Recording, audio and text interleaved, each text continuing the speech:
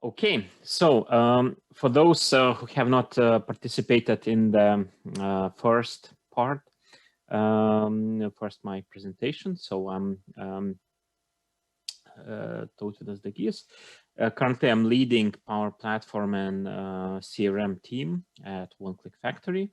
In background, I'm developer, used to be a team lead, also technology evangelist at Microsoft for 7 years. Then I was a business developer, and last 4 years I'm focusing on solution architecture. So I have bouncing between different experiences. And speaking of One Click Factory, so One Click Factory is focusing on Microsoft Dynamics product family. So it started from Dynamics Navision. So we are supporting partners with technological licensing capabilities, and as well we are developing different tools to help partners to deliver the Dynamics-based projects faster, and etc.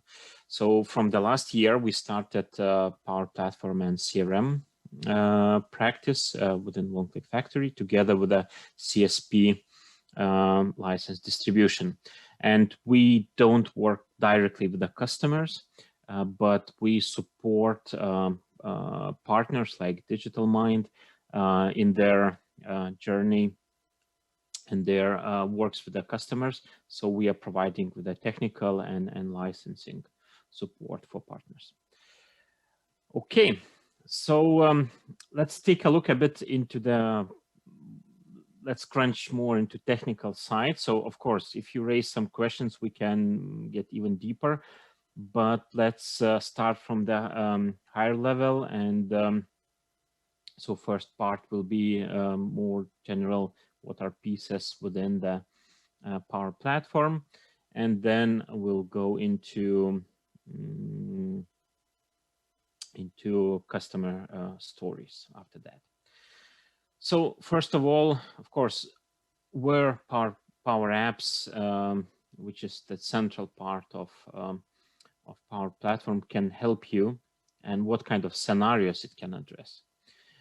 So first, of course, you can use Power Apps to extend your Office 365 or Dynamics 365 suite, because it's very connected between all the pieces within the platform. So now, if you want to extend SharePoint or Teams and etc., you can do it with the Power Apps and Power Automate and etc. Then you can connect with the legacy of third-party apps, and yeah, so there is a help of different connectors where you can use the new interface and connecting to the old applications. And here could help as well Power Automate and robotic process automation, where it's part of Power Automate service. Next thing is that you can build your departmental solutions, kind of for IT, for financial department, for delivery department, and etc. So there could be a different type of mobile, non-mobile apps, and etc. Then we spoke a little bit at the first presentation about citizen developers, and this is one of the visions that users can start building, like business users, non-technical users can start building apps or automating processes for themselves first, and maybe for their team or for their department, and etc. So this is kind of self-service approach, and citizen developer role. It might be one of the new things in this era, and the Power Apps and Power Automate is one of the tools which can enable it.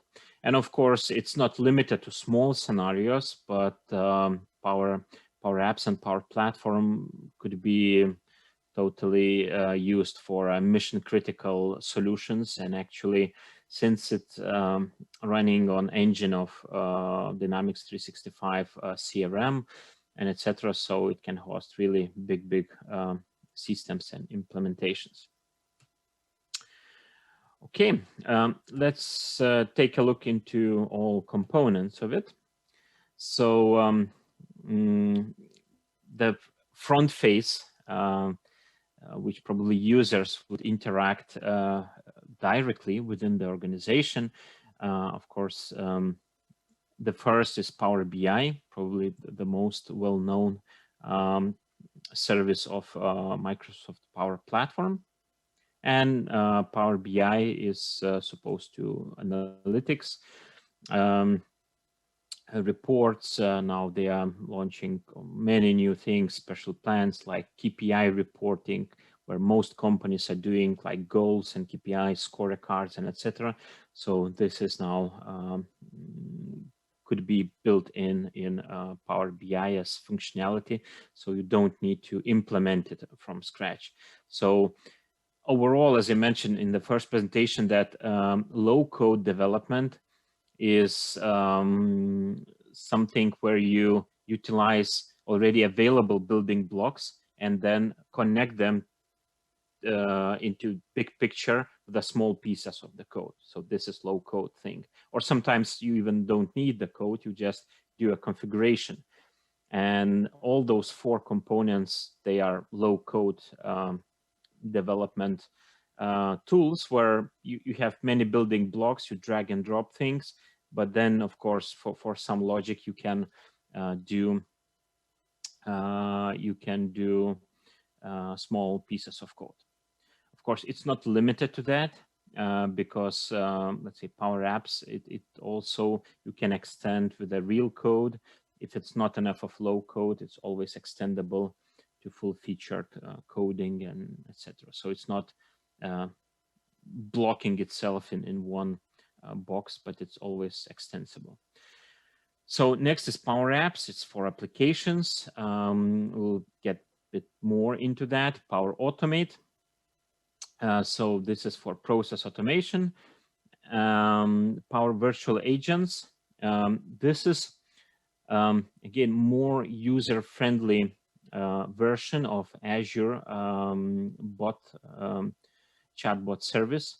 So you can create your chatbots with this tool. Again, connecting to all of your business data very easily. So you can later embed those chatbots into your website, into services public like Facebook, or you can utilize them internally within the company, like in Teams, to provide self-service for employees. Okay, next is data connectors, and data connectors is about connecting to many different data sources. Portals is about the external connectivity, because by default, all those tools are for internal usage, it means for employees within the organization. And portals is how you can expose the data to external audiences. Artificial Intelligence Builder, again, Microsoft has really strong service within the Azure, and this is exposed through some predefined, pre-built models like object recognition, text recognition, OCR, sentiment analysis, and some form processing, the most common models which are exposed in the low-code scenario in the Power Platform. And then we have a Dataverse, which used to be called Common Data Service. And this is like a data storage and data service with many features. So let's take a look further. So when we speak about Power Apps, it's important to understand that there are 2 types of, and they are pretty different technologically. So one is model-driven apps. It's similar to Microsoft Access, if somebody have used it before, where you first create a model, data model, you create a database, and then you kind of generate basic app and interface straight automatic, more or less automatically, like forms and views. And of course, then you can start extending with all the business logic on top of that. But this is how it starts. Then we have Canvas. This is new type of apps. And this is where you start with a screen. Usually it's mostly for mobile.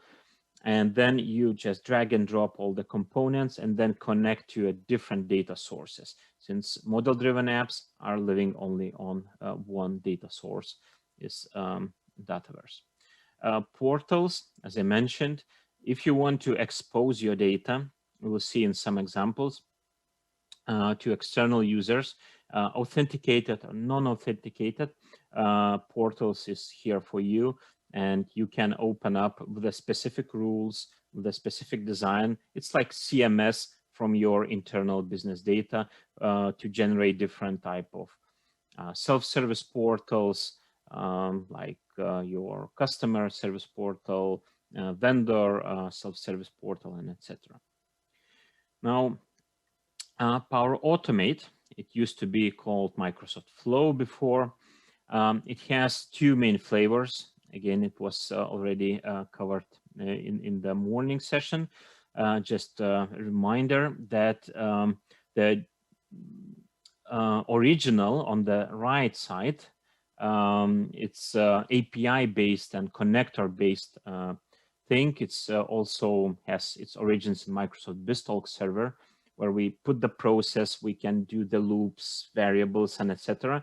And then we connect different data sources, also databases, FTP servers, and wherever, and then send or receive and data, and etc. It could be scheduled, or it could be triggered on different events happening in your database, for example.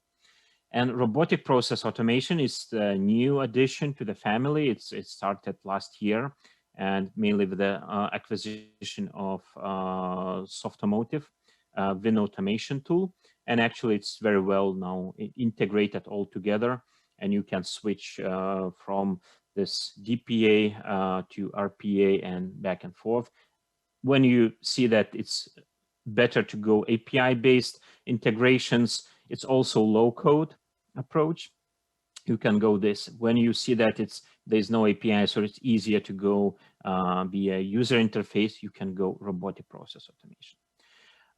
Yeah, Power Platform has really strong set of connectors predefined by Microsoft, by those API data providers.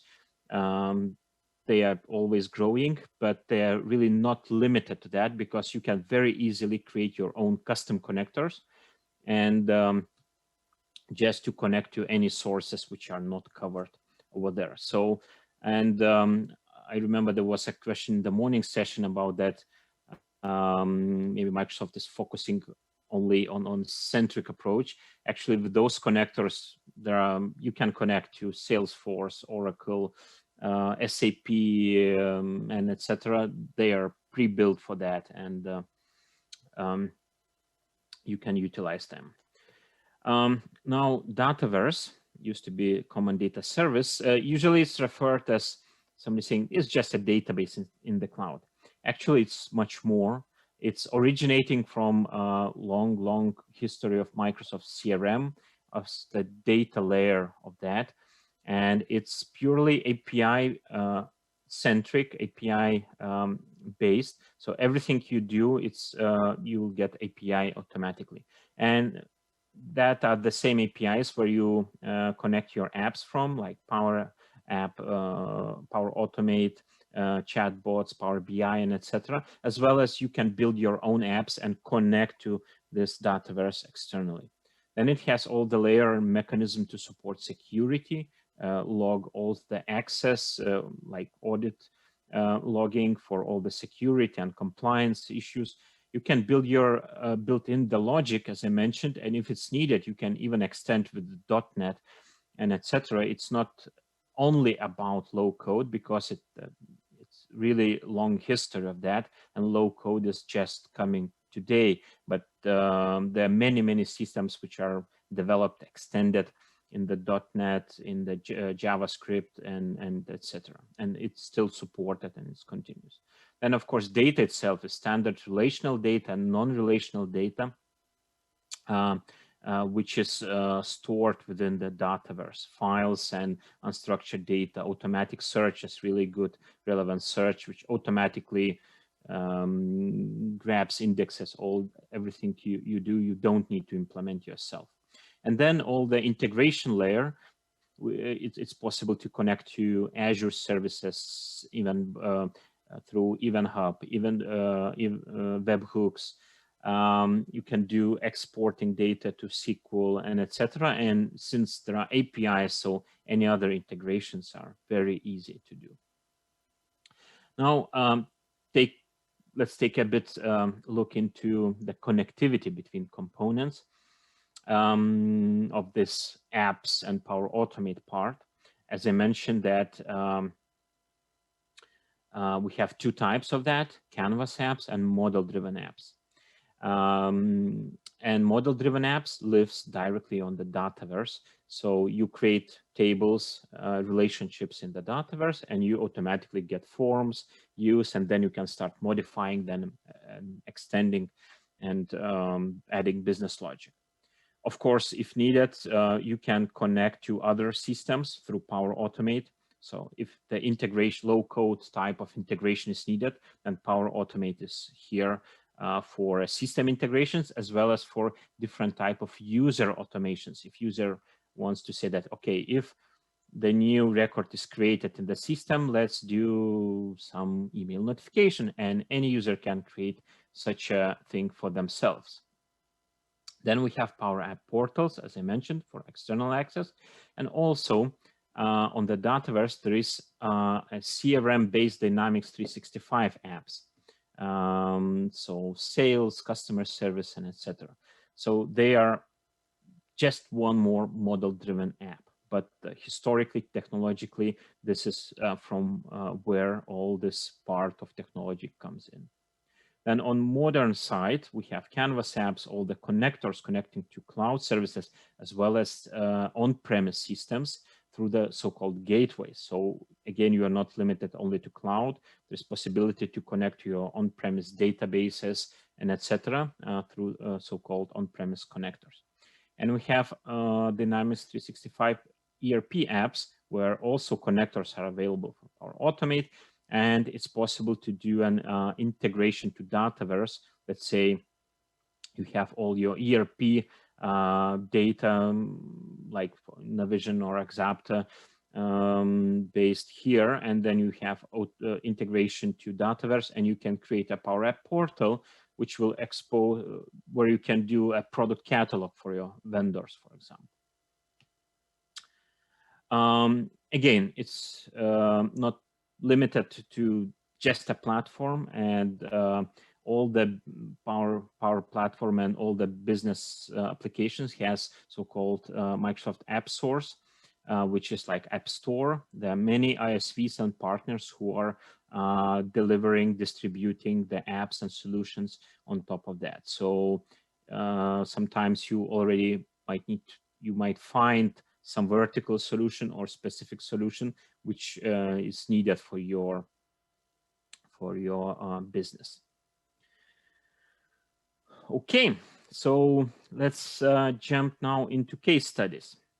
Yeah, case studies are worldwide.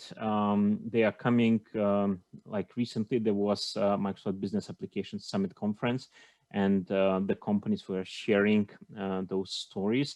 I have grabbed a couple of them. You can, there are mentioned the links, but you can find through Microsoft Business Applications Summit event. It's public, available, so you can find all those case studies and stories explained by companies themselves. First, and most of them will be pretty small, and at the end I can still share some of my own experience. Yeah, so Novo Nordisk is a healthcare company from Denmark, and they had a problem that, okay, most of those stories is related to pandemic and COVID-19. because, as I mentioned, that was totally proven fact that this agility and quick development really helped to address the issue and the problems which pandemic has caused. So they wanted to have a easy, manageable system to manage clinical trials during the pandemic. Um, they have many clinical trial sites worldwide and many users. So they want to interface for the users and also a good visibility, which was delivered through Power BI. So this is all components they have used. So at center is Dataverse, this data service. And then there were Power Apps, both Canvas and model driven. Power Automate, like a backend for all the logic and transformations and connectivities.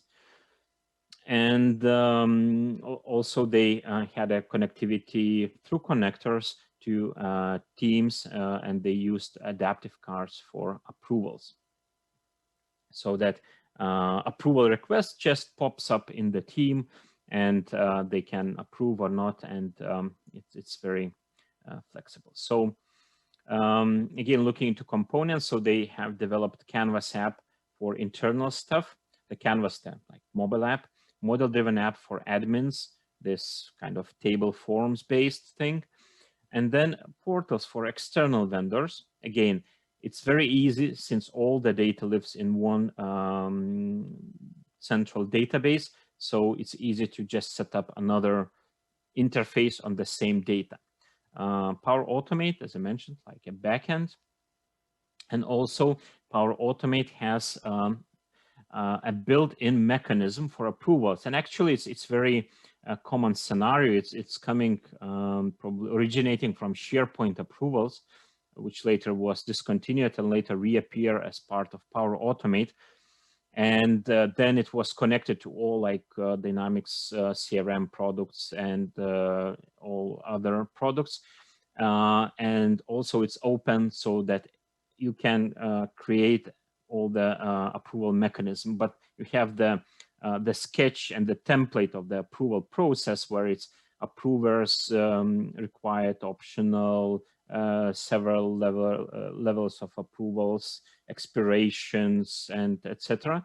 And all this logic is kind of built in. And as I mentioned, yeah, through Teams, they are delivering just approval card, and it's possible very easily for stakeholders to approve. And of course, Power BI to visualize all the data in very nice format. This was the app where they were doing requests for resources when they needed some extra people. So they were doing through a simple Canvas application based on the Power Apps technology. This was a model-driven app for admins, approvals, as I mentioned. And then for external vendors, they generated portal like through CMS, and the same data with a specific security, of course, defined for external users. But through this portal, they were kind of showing up open positions for like sourcing vendors to fill up. And so managers raising the question to a central database from Canvas app, and then it's automatically available to vendors. They can get and fulfill the need of resources. Second example is public one. And again, many cities and countries were looking the ways how to address the issues. And like in Lithuania, we have some good examples when they manage to get systems quickly, and bad examples when they're still living, like you have to call to get registered for vaccines, and the lines, you have to stay in line on the call for half an hour, and etc. So this is example from a city of Kobe in Japan. And of course, they had to react quickly and find the solutions how to deal with the crisis. First, what they did, they launched the Power Chatbot via Power Virtual Agent. It was public. And also they published Power BI reports to the public consumption of the trends, how many infections are happening, and etc. And also they have developed a form and the system how the people were able to register or request cash payments if they were affected by pandemic. And of course, Dataverse in the center, Power Automate, for internal users, Power Apps, and for external is Portal. And also they connected to a third-party platform, Twilio, through connectors. Twilio has connector available in Power Platform, and they were able to do automated phone calls out of that. A couple of screenshots and etc. This is about the chatbot they have created. It was published publicly on the website and on the mobile applications. And of course, it reduced a lot the call center capacity. Power BI, of course, it's very visually nice and appealing, automatically refreshing reports, which you can publish to public access as well. Before they had this custom developed website, which was not so nice. And with the Power BI, they got much better result. And this cash payment application, again, it was developed with the portals. You were able to request payments, and everything was in the Dataverse, and Power Automate was orchestrating and implementing all the logic and connecting to Twilio platform, external one. And also they have launched the platform to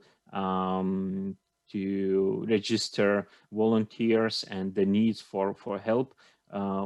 It's again similar approach, portals, Dataverse, Power Automate, and communication channel. For this, they had to send only email communications, and it was similar approach. Third example is Hanover Insurance.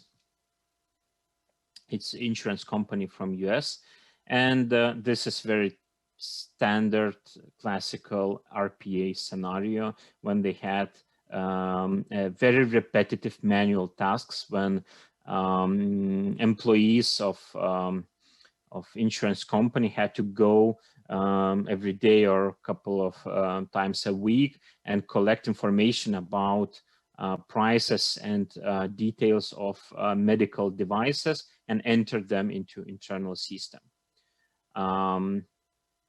So that was really standard case for robotic process automation. Many pages per day they're supposed to visit manually, collect data and enter. And when they changed to Power Platform, they combined not only RPA component, but they also did the connectivity to Power Apps, where they check the status, initiate collection, and do the maintenance from the mobile application. And also reviewing if something does not go well, like bot also logs the errors, and they can review it from Power App, which lives in the same platform. This is a screenshot from the this robotic process implementation. One more example is CBRE, is real estate investment company from US, and they had to deal with a manual project intake. So external client stakeholders were submitting Excels with a project request via emails. Emails were distributed internally, and then they were doing all this Excel validation, entering to systems, and etc. And what they changed again to Power App solution, when it's self-service, they connect directly, collect data into the systems. At this moment, it was third-party system. Then it moves over to databases, reusing the Power Automate and Power Apps. Let's take a look.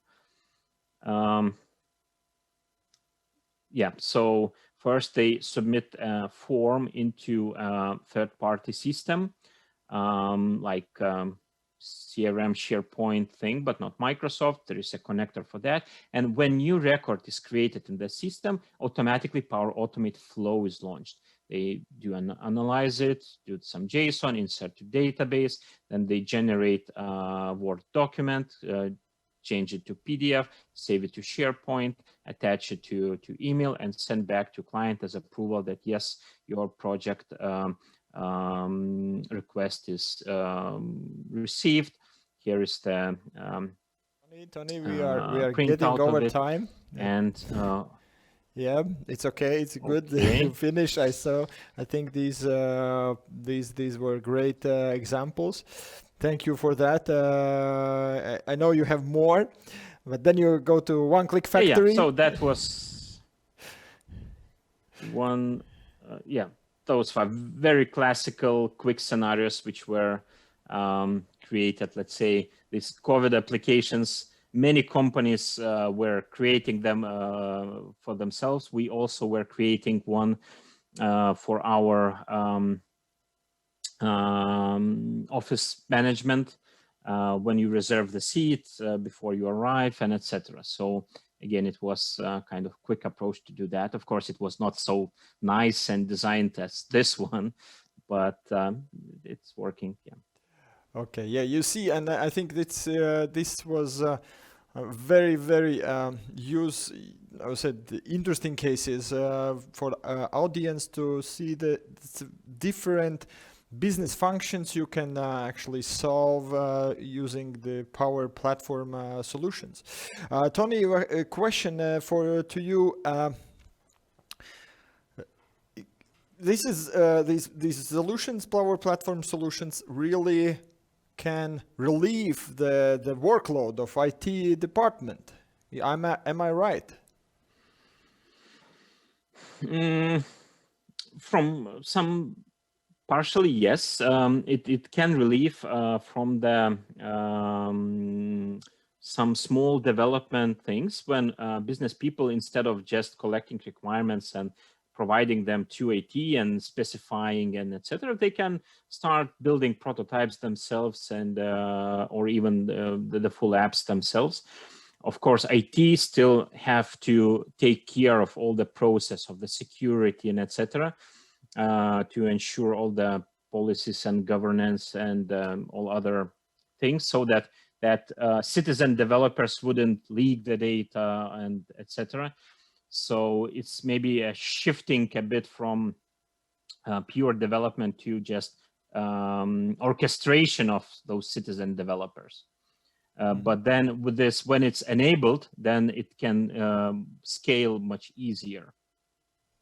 I think that's a good point, and yes, because this is not solving all the problems, but it really helps to find and to use business needs, business solutions very fast, and the big system legacies and the integrations are still on the IT department side. So thank you, Tony. I think for those who would like to get more, you can find Tony at LinkedIn or oneclickfactory.com. Yes, and he's great actually in master classes. I also took several of them. Thank you, Tony. Thank you. I hope. Yeah, it was a pleasure.